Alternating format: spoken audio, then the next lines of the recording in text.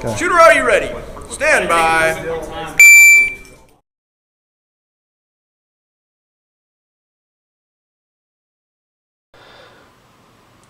What up, YouTube? GunnerSouth here again. I wanted to give you a quick update on the trigger pull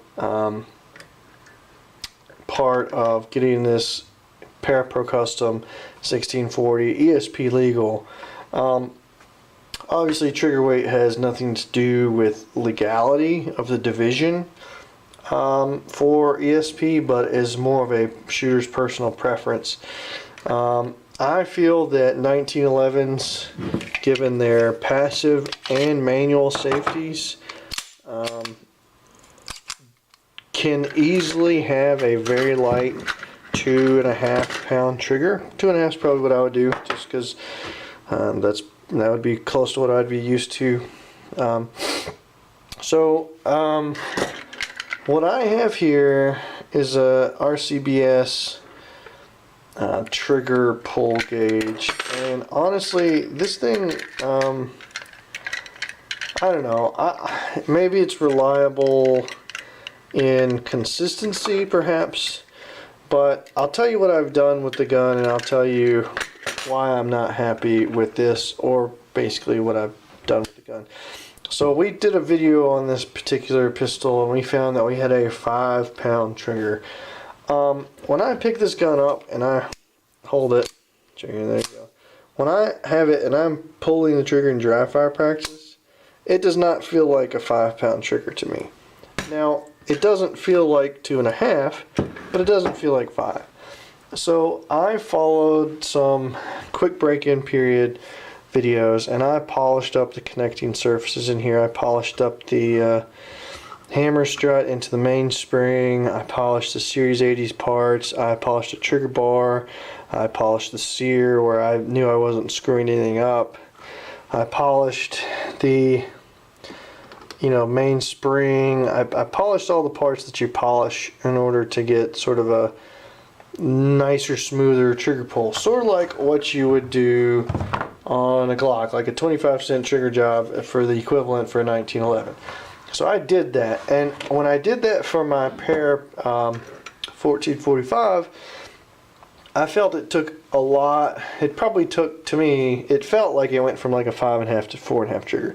And if you remember that video, we actually measured these two. We measured this versus the Colt versus the Para, and I believe the Para did come in at about 4.5 pounds, and this came in at 4, and the Colt was like the lowest. So I've done that polish job, and I've remeasured this, and it's still coming in at like 5 pounds. It's like as if I didn't do anything. Now, I don't know what that means. Maybe I didn't polish enough.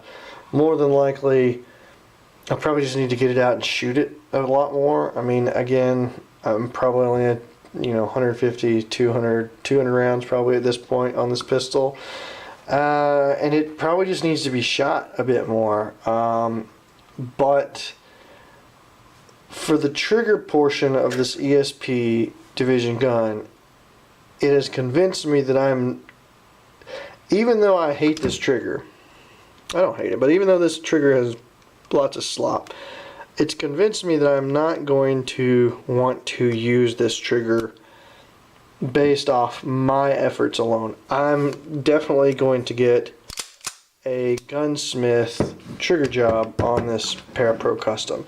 So what does that mean for you, the viewer? That means that if you buy a $1,000 gun at retail, which is what this is currently, if you buy a $1,000 gun at retail right now, you're still going to have to pay the $50 to $100 to get a professional trigger job in order to get it competition ready.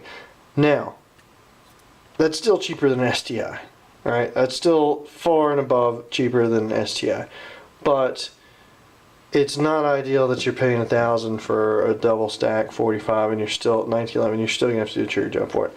But I guess I'm doing this video to show you that my polish job was ineffective, or at least not as effective as I feel it needed to be in order to use this trigger in ESP. So the next time we talk about trigger for this pistol, it's going to be because I've put a new one in it and I've had the gunsmith perform the trigger job on the gun. So that's my quick update on the trigger weight portion of getting this Para Pro Custom ESP legal.